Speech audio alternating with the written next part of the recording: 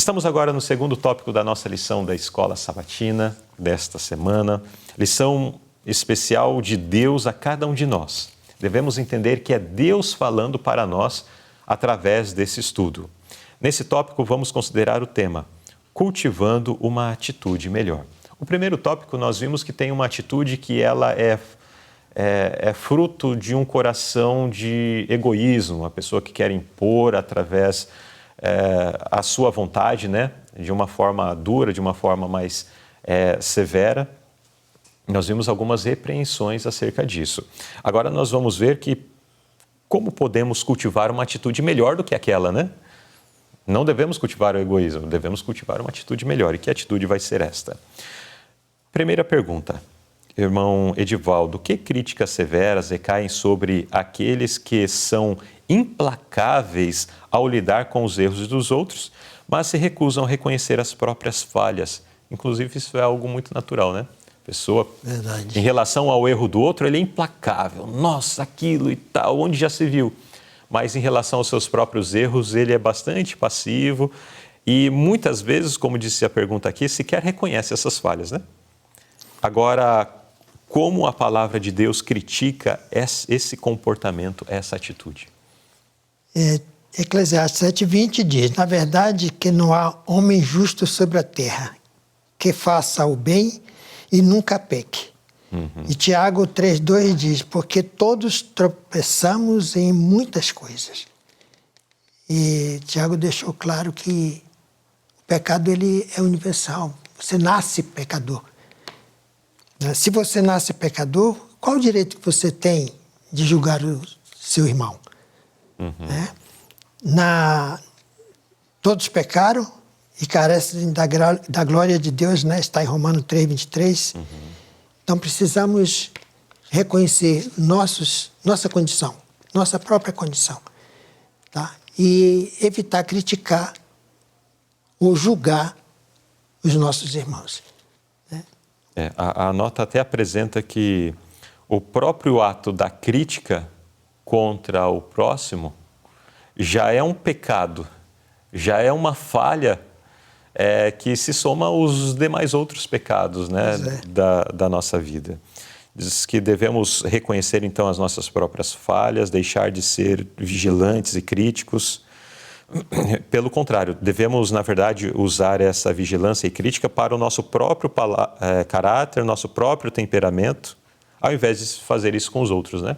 É a nós que nós devemos examinar. A palavra de Deus fala, examinai-vos a vós mesmos. Não fala assim, examinem as pessoas que estão ao seu redor e vê se elas são melhores ou piores do que vocês. Não, fala, cada um examine-se a si mesmo para ver se permanecem na fé. Então, nós precisamos ser críticos do nosso próprio caráter, críticos das nossas próprias fraquezas e olhando para as nossas debilidades, agora correr a Jesus, suplicando força para sermos vitoriosos sobre isso. E jamais exercer essa ação julgadora contra os outros. Irmãos, isso é extremamente sério e ao falar sobre isso eu me recordo de situações que tenho acompanhado já há algum tempo, onde pessoas elas têm se colocado como estando muito à frente no processo de santificação do que outros meros mortais e pecadores, mas elas são extremamente duras com suas palavras em relação a esses outros que estão em dificuldade. Elas são extremamente implacáveis, conforme é mencionado aqui, para com aqueles que estão em erro. Eu fico me perguntando, será que essas pessoas, ao estudar essa pergunta, vão entender que essa mensagem também é para elas? Que essa mensagem também é para mim, quando em algum momento tem algum comportamento de ser implacável e duro com o erro dos outros? Será que eu consigo perceber que essa pergunta está falando do meu problema, do meu defeito? Ou será que vou aplicar essa pergunta apenas para o outro, para alguém que eu julgo que seja implacável com outros? Porque às vezes não passo de um juiz, de alguém que quer ser um juiz, né? Que fica julgando a vida do outro sem viver de fato o evangelho de forma completa. E viver o Evangelho de forma completa passa no cuidado da forma como nós julgamos aqueles que estão em provação. É muito fácil julgar, é muito fácil criticar. Difícil é ir estar com as pessoas que estão em erro e em problema e tentar resgatá-las, e tentar salvá-las, e tentar fazer algo para que essas pessoas possam voltar aos pés da cruz. É fácil apontar os defeitos, difícil é fazer a obra de Jesus. Difícil é seguir o exemplo de Jesus, que deu a vida, se sacrificou para resgatar o mais miserável dos pecadores, dos quais nós somos os principais. Às vezes nós tentamos ser investigadores da vida alheia, né? Sim. O segundo parágrafo aqui diz assim: nenhum daqueles que se tornaram detetives consegue ao menos ver a tendência da posição que assumiram ao se esforçarem para se tornar um poder controlador. Uhum. Pergunta, né? Sim. Cadê a visão espiritual clara que deveriam ter? Por que conseguem perceber um cisco no olho do irmão, mas não se notam a viga do próprio olho? Exato. Incrível, né? Nós deveríamos, antes de julgar, deveríamos olhar para nós mesmos, para ver qual é o nosso defeito. Vai para o espelho, dá uma olhada, vê o que é que como é que você está, para poder você ter pelo menos ciência, para você ter pelo menos maneiras de chegar para o teu irmão e mostrar que ele errou, né? Exato. Vamos à pergunta B. O que mostra que alguém atingiu um nível de perfeição moral e qual é a única forma de alcançar isso? Então, o que mostra que realmente estamos avançando aí rumo ao plano de Deus para o ser humano ainda neste mundo? Nessa pergunta aqui, o que mostra que alguém atingiu um nível de perfeição moral é a perfeição em si, né? Uhum. Se ele não tropeça em palavras. Não é só falar mal da vida dos outros. Uhum. Né? Você pode tropeçar em palavras em outras situações. Sim. E aqui diz em Tiago 3,2, porque todos tropeçamos em muitas coisas, né? Se alguém não tropeça em palavras, o tal é perfeito, tá? E poderoso para também refrear todo o corpo. Então, para atingirmos a perfeição, temos que cuidar para não tropeçarmos nas palavras. Exato. Né? Muito bem. Agora, qual é a única forma de nós alcançarmos esta condição de não tropeçarmos em palavras? Aqui no início da nota diz: onde a língua descontrolada encontra espaço para realizar sua obra profana, a alegria do Senhor não consegue permanecer. É duro, né? Sim. A língua é descontrolada, né? Sim. Fala de tudo, né? De qualquer jeito, de qualquer maneira, difama, né? Traz problemas os mais diversos. Isso é... Agora nós entendemos que a língua ela fala ou coloca para fora aquilo que está dentro do coração, né? Então, se o coração é santificado, as palavras serão também santificadas. Se é uma pessoa equilibrada, as palavras serão equilibradas. Nós percebemos isso na vida de Cristo. Puro, santo, suas palavras demonstraram isto. E nós percebemos através da história também bíblica que pessoas, por exemplo, dos discípulos de Jesus, ainda no início do ministério com Jesus, ali alguns deles com palavras duras, né, como os filhos do trovão, Tiago e João, os filhos do trovão, apelidados por Jesus dessa forma, né, por conta da sua dureza nas palavras. Mas depois, com o tempo, foram sendo santificados e posteriormente nós encontramos João, que teve a oportunidade de viver muito mais tempo, lembrando que Tiago, irmão de João, veio a morrer logo no início ainda ali da igreja cristã, mas João viveu muito mais tempo e nós temos ali o testemunho de que as suas palavras eram palavras de amor, se tornou o apóstolo do amor, né? Palavras de amor, de compaixão para com os outros, demonstrando exatamente essa transformação. Antes existiam palavras ruins, iradas, porque o coração era assim, era ruim, era um coração agitado, mas esse coração foi sendo trabalhado pelo poder de Deus, ele se tornou uma pessoa mansa, uma pessoa amorável. Então, tudo isso as palavras partem da mente. Se em nossa mente nós cultivamos, aí vem outro parágrafo da nota, a desconfiança, o pensamento mal acerca dos irmãos, e aí até menciona, né? Quando nós fazemos isso, nós precisamos saber que estamos fazendo o trabalho sujo do diabo. Daí diz assim, que cada membro da igreja trabalhe com fervorosa determinação e orem por ajuda para curar o órgão enfermo, a língua. Que cada um sinta que é dever e privilégio ignorar pequenas diferenças e erros. Olha só essa frase.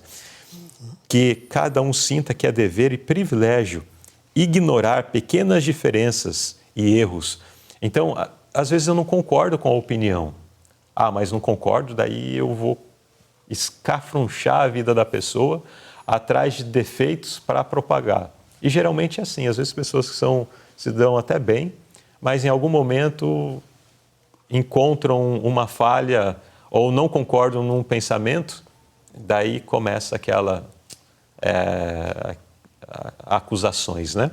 E mesmo em relação a erros, olha só o que a inspiração diz, é a inspiração que está dizendo. Às vezes nós queremos ali nos mínimos detalhes, não concordamos, e às vezes entendemos que até uma coisa errada, e aí nós fazemos daquele copo d'água, ou daquela água no copo, uma grande tempestade, uma grande tormenta. Mas diz assim, até pequenos erros. E é um privilégio ignorar essas coisas, deixando-os passar sem comentários ou reprimendas, até porque às vezes existe uma pequena falha, daí alguém começa a falar, daí fala. E uma coisa que teria passado desapercebido, toma uma dimensão muito grande. Não amplie os pequenos erros que alguém comete, mas pense no bem que há nessa pessoa. Às vezes uma pessoa cometeu algo assim equivocado, ao invés de ficar tentando, olha, ele fez isso, mas fez porque daí começa a desenterrar, né, os defeitos, os problemas. A inspiração diz que não.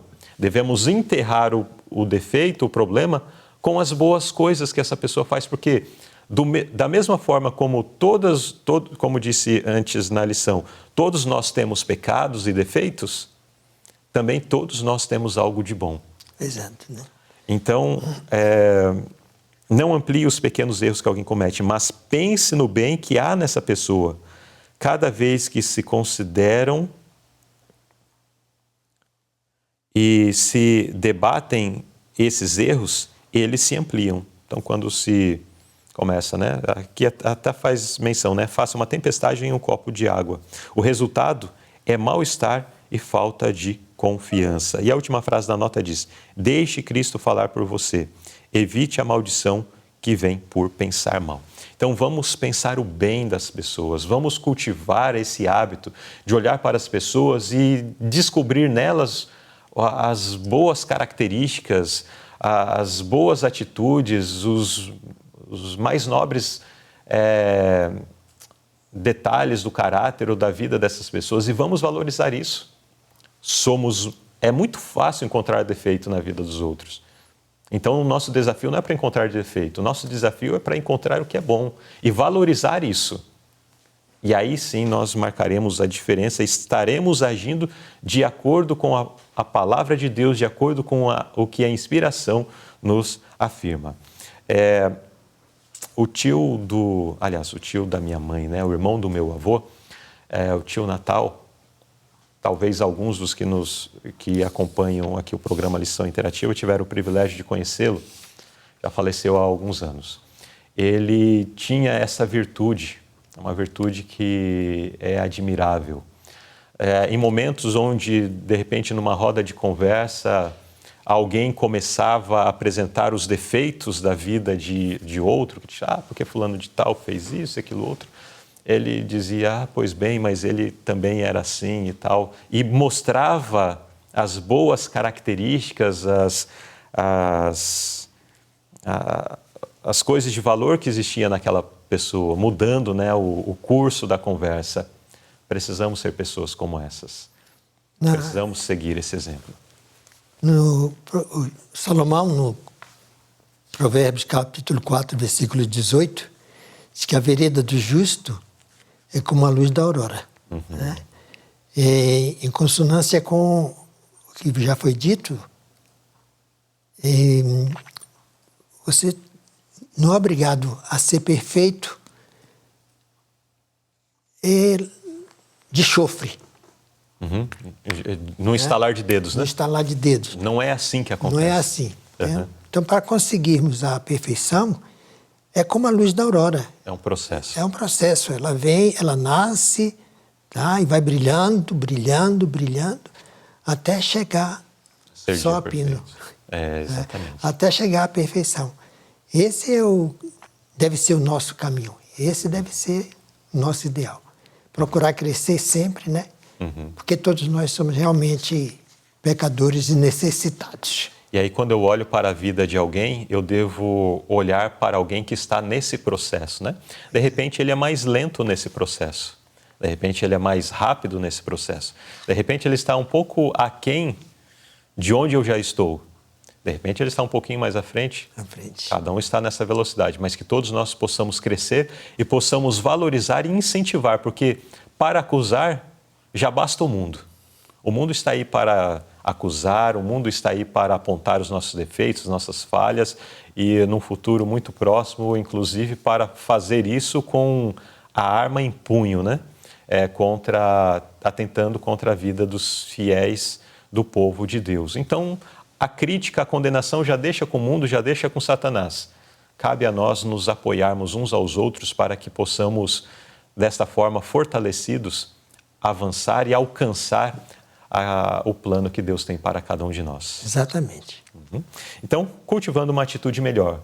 É um desafio para nós, é um desafio para você, internauta, para você, ouvinte, é um desafio também para mim, que nós possamos cultivar essa atitude melhor, de pensar o bem, de valorizar o que de bom tem nas outras pessoas, em detrimento daquilo que Satanás já faz, de ficar acusando e apontando os defeitos que cada um tem, né? E que Deus nos abençoe para cumprirmos ou vivermos esse desafio que foi apresentado nesse tópico.